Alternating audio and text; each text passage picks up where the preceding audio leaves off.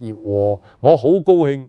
上一期影片莊家最怕你不急，點醒咗好多人，好多觀眾在後台留言問我，唔係千祈唔好碰嗰3樣嘢。咁點樣先可以堂堂正正喺你嘅賭場贏錢走人？今日我用我幾十年開賭場嘅底牌，直接同你講真心話。和莊家在數學上確實係無懈可擊，但莊家並非無缺點。我嘅精算師設計嘅系統最怕玩家做以下呢3件事。如果你能夠徹底執行呢3點，就可以將博弈變成一場理性嘅商業運作，連我嘅賭場都要乖乖俾你撈羊毛。今日我就同你拆解真正能夠在賭場贏錢嘅3大核心防禦必殺技。贏錢唔係靠運氣去打敗數學，而係用比莊家更嚴格嘅紀律去切斷大數法則嘅收割。睇清莊家最怕你做嘅呢3件事，你才能真正立於不敗之地。和你想繼續憑直覺送錢俾我，定係學識呢3招，讓大數法則對你徹底失效？決定權喺你手上。如果你想好似職業博弈家咁，用嚴謹嘅防禦思維，在迷宮中立於不敗之地，我哋每週都會用科學探究嘅角度同大家拆解博弈底層思維。另外，我喺下面嘅置頂留言放咗一份莊家最怕嘅3大防禦實操表嘅 PDF， 只要你訂閱咗頻道並喺留言下面話，我知道你覺得在排局入面最難克制嘅弱點係乜，就可以免費獲取。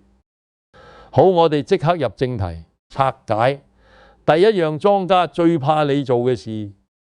第一件事就係最大限度控制你嘅總下注流水，切斷時間摩擦成本。呢個概念可能好多人第一次聽，但係我話你知，呢個就係莊家賺錢嘅核心秘密。莊家能夠贏錢，唔係因為單次下注，而係因為你重複下注產生嘅總流水。如果你帶住1萬元進場，來回下注咗10次，每次1000蚊嘅，給賭場貢獻咗1萬元嘅流水。但係如果你來回下注咗100次，你就貢獻咗10萬元嘅流水。莊家優勢1.2%，就會喺呢10萬蚊流水入面無情地剪掉你1200蚊嘅資金。你玩得越多，流水越大，莊家剪走嘅錢就越多。這度和呢個就係時間摩擦成本嘅真正含義。我再深入解釋下呢個概念，用一啲具體嘅數字，你可能會更加明白。假設你每鋪平均下注1000蚊，每3分半鐘，一鋪1個鐘，你大約玩17鋪，1個鐘嘅流水就係17000蚊錢，和2個鐘就係34000蚊，4個鐘就係68000蚊。你玩得越耐，流水越大，你被莊家優勢蠶食嘅資金就越多。你可能會覺得我玩4個鐘先輸800幾蚊唔算多啫，但係你要知道呢個係每4個鐘嘅期望損失。如果你每個禮拜都玩1次，1個月玩4次，你1個月嘅損失就係3000幾蚊，1年就係4萬蚊。你帶1萬元入場，1年之後你唔止輸晒本金，仲要倒貼，而且呢個仲未計你喺疲勞同情緒波動下做錯決定所引致嘅額外損失。實際損失往往遠遠超過理論數字。呢個就係時間摩擦成本嘅威力，佢唔會一次過消滅你，但係會慢慢咁吞噬你，就好似滴水穿石一樣，你根本感覺唔到佢嘅逼近，直到有一日你突然發現自己已經輸咗一大筆錢。我再講一個更深入嘅概念，叫做破產概率與下注次數嘅關係。你玩嘅次數越多，你破產嘅概率就越高。和假設你嘅資金係10000蚊，每手下注1000蚊，莊家優勢1.2%。如果你只玩10手，你破產嘅概率接近0。如果你玩100手，破產概率大約係2%。如果你玩500手，破產概率上升到大約15%。如果你玩1000手，破產概率超過30%。你玩得越耐，你被消滅嘅機會就越大。呢個就係數學上嘅必然。你嘅資金有限，和莊家嘅資金無限，你係用有限嘅資源去對抗無限嘅資源。你唯一嘅優勢就係可以隨時離開。如果你唔識離開，最終一定會被莊家嘅無限資源耗盡。職業玩家點樣應對？佢哋有一個單靴15口硬限制。和莊家最怕你速戰速決。真正嘅高手每次進場規定自己只下注最多15手牌，無論輸贏，15手一到就即刻起身走人。心理學和呢個做法背後有堅實嘅數學邏輯。15手牌嘅樣本量太細，大數法則根本嚟不及發揮威力。強行將遊戲留喺高嘅隨機波動期，用你當日最好嘅運氣去對抗莊家，贏了就跑，贏和。呢個係我背後所有精算師都無能為力嘅打法，因為大數法則需要足夠嘅樣本量先可以快發作用。你只玩15手，大數法則根本冇足夠嘅數據去收斂，莊家優勢無法兌現。你等同一個喺暴風雨入面打劫完就走嘅人，莊家想追都追唔到。你嘅15手可能全部落喺波動期嘅有利一面，你贏咗就走，莊家連翻本嘅機會都冇。和我再深入解釋下15手呢個數字點樣嚟統計。學上當樣本量少於30嘅時候，大數法則嘅效果係極其有限嘅。15手更加係一個細小嘅樣本，隨機波動完全主導。結果你贏嘅概率同你輸嘅概率幾乎係50-50，呢完全取決於當日嘅運氣。但係你嘅優勢係你可以選擇贏咗就走，你唔會好似普通賭徒咁贏咗唔走。等到大數法則追上嚟，以玩15手，你永遠留喺隨機波動期，你永遠唔會俾大數法則有機會揮發作用。呢個就係職業玩家最核心嘅秘密。幾忌喎！我再講一個真實嘅案例，有一個職業玩家，佢每次入場只玩15手。有一日佢手風好順，15手入面贏咗8手，總共贏咗4000蚊。15手一到佢即刻起身走人，去咗餐廳食飯。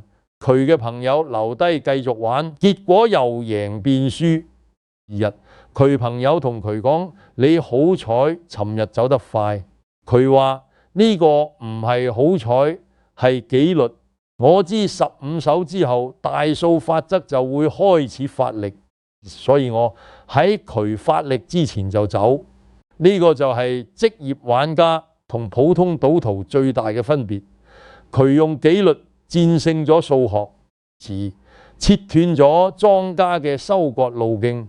控制下注流水就是切斷莊家收割你嘅工具。和如果你想在任何環境下都保持最大嘅時間與下注控制力，希望你可以點擊訂閱我哋頻道，俾我陪你一齊用科學邏輯建立你嘅防禦陣線。好，講完第一件事，我哋進入第二件事，實行快速止盈止損。和將隨機波動關進籠子。呢個係莊家最怕你做嘅第二件事。普通玩家有一個致命嘅心理缺陷，贏錢嘅時候贏無上限和貪婪到直至輸清光先肯走，輸錢嘅時候輸到清倉，唔甘心到直至冇錢先肯停。呢種資金模型在數學上係必敗嘅。你贏錢嘅時候唔走，大數法則會慢慢追上嚟，將你嘅利潤蠶食。你輸錢嘅時候唔走，大數法則會繼續將你嘅本金吞噬浸你。和無論你贏定輸，只要你繼續留低，大數法則最終都會揾到你。呢個就係點解90%玩家最終都係輸錢走人嘅原因。我再深入解釋下呢個心理機制。贏錢嘅時候，你嘅大腦會分泌多巴胺，令你產生一種我好叻，我會繼續贏嘅錯覺，和你唔想離開，因為你唔想中斷呢種快感輸錢嘅時候，你嘅大腦會進入損失規避模式。你覺得輸咗錢好痛苦，仲要追翻。兩種狀態都會令你繼續留喺張台上面，而只要你留低莊家就有機會。和普通玩家嘅行為模式完全被情緒控制，佢哋嘅每一個決定都係情緒化嘅，而情緒化嘅決定就係莊家最層意嘅。職業玩家嘅做法完全相反，佢哋有一個強制原則，如果你今次博弈預算有10個單位，定下虧損5個單位立即止損，咁你嘅贏錢目標亦都必須精確設定為5個單位，贏5個單位就走，和輸5個單位都走。呢個就係對稱止盈止損。點解要咁做？因為大隨機波動入面和贏取5個單位係一個極高概率會發生嘅事件。你唔需要贏大錢，你只需要贏到一個合理嘅目標就走。一旦達到正5個單位，亦收錢走人，你就成功在波動最高峰鎖定嘅利潤。用紀律將隨機性關進一個籠子入面，莊家就拿你冇辦法。我再深入解釋下呢個做法嘅數學邏輯。假設你嘅注碼係1000蚊，5個單位就係5000蚊，你贏5000蚊就走，和輸5000蚊都走。你贏錢嘅時候，你鎖定咗利潤；你輸錢嘅時候，你限制咗損失。你嘅最大虧損係5000，最大盈利都係5000。你嘅風險回報比例係1比1。呢個比例雖然唔高，但係足夠讓你在隨機波動入面生存落去，而且因為你有嚴格嘅止損，錢係和你永遠唔會輸大錢。你唔會好似其他賭徒咁一次過輸晒所有本錢，你永遠有本錢可以再戰。我再講一個關鍵點，比止損更難執行，因為贏錢嘅時候你最唔想走，你嘅大腦會不斷話俾你聽，再贏多一陣啦，贏多個單位先走啦。心理學，但係呢個就係最危險嘅時刻，你越唔想走，你就越需要走。職業玩家知道止盈嘅紀律比止損嘅紀律更加重要。正和，因為贏錢嘅時候你嘅判斷力最弱。我再講一個真實嘅案例，有一個退休老師，每次入場都設定槓，贏5000蚊走，輸5000蚊都走。佢嘅注碼永遠係1000蚊，唔會多亦唔會少佢。用呢個方法玩咗2年，雖然每次贏嘅唔多，但係累積落去贏咗幾萬蚊佢，從來唔會大輸。因為佢有嚴格嘅止損，佢從來唔會錯失利潤，因為佢有嚴格嘅止盈。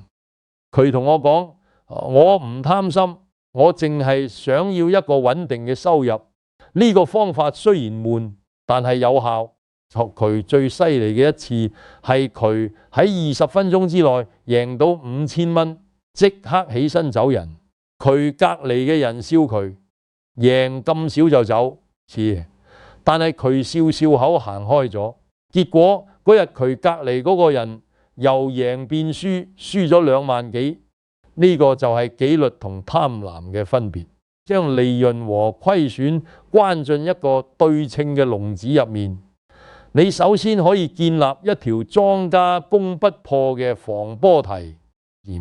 如果你想加入一個講求精密規劃、不敢冒險嘅高質量博弈討論圈子，歡迎訂閱我哋。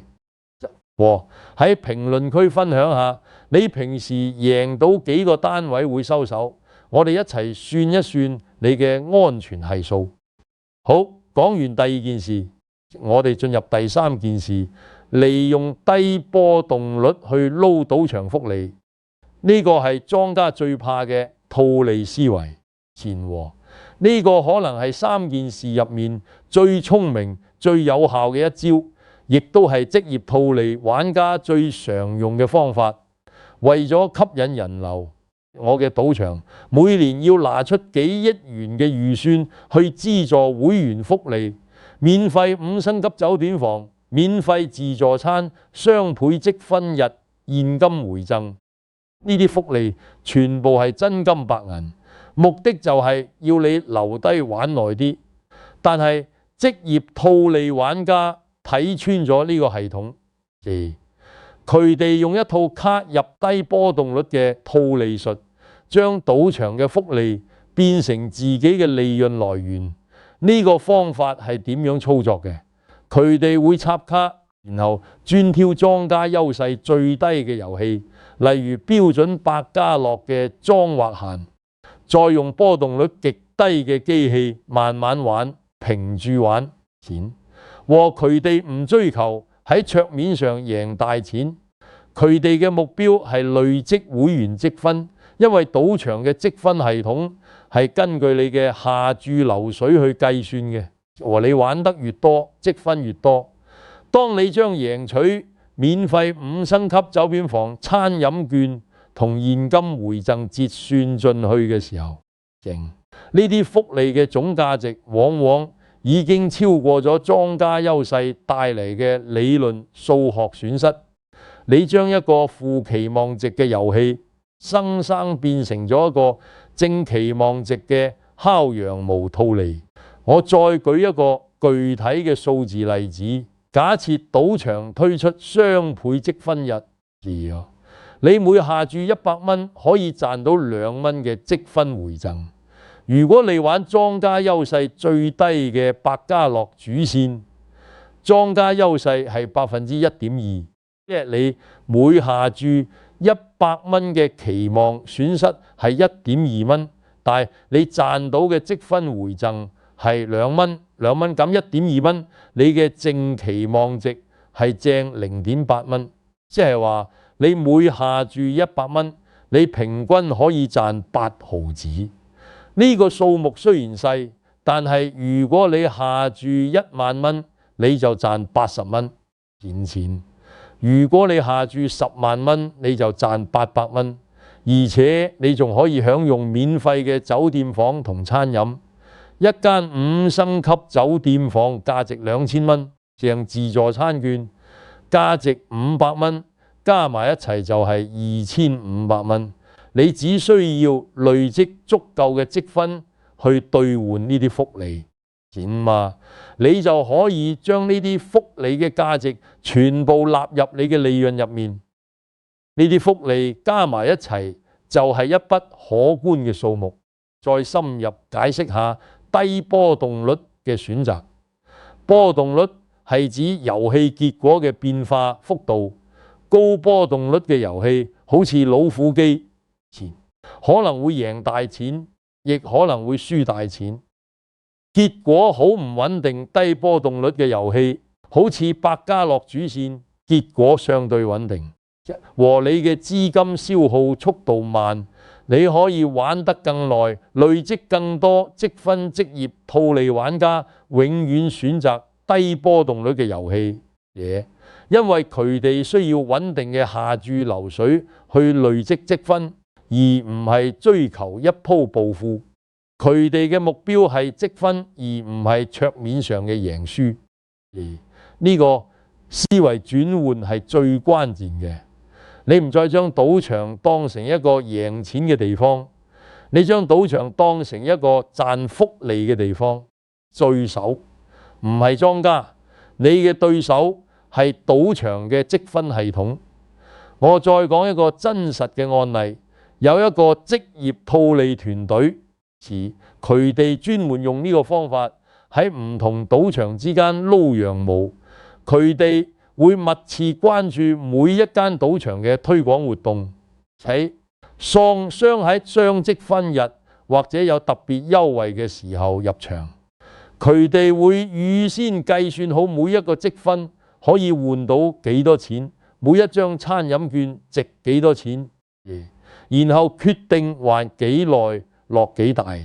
注佢哋玩嘅時候絕對唔會貪心，贏到目標就走，輸到限額就停。佢哋用呢個方法玩咗幾年，都有穩定嘅正回報。佢哋嘅隊長同我講過一句話，我好深刻。我哋唔係賭運氣，我哋係賭數學賭場送嘅福利，就係我哋嘅利潤來源。呢個團隊最犀利嘅一次係喺一個大型推廣活動入面，佢哋用10萬蚊嘅下注流水，賺咗價值超過15000蚊嘅積分同福利，扣除莊家優勢帶嚟嘅大約1200蚊，損失佢哋淨賺超過13000蚊。精算師最怕就係呢種玩家，佢哋只在雙倍積分日進場，撈完福利就走，完全唔留低俾大數法則有時間去快忽作用，將賭場當成薅羊毛嘅商業戰場，每一筆福利都將讓你贏回莊家嘅籌碼。如果你想在日常生活和投資理財中鑊都可供將被動變主動嘅套利思維，記得訂閱我哋頻道，我哋嘅影片成為你每星期嘅清醒劑。好，講完3件事，和我哋進入最後有一個部分，莊家視角做一個冷酷嘅博弈保險公司。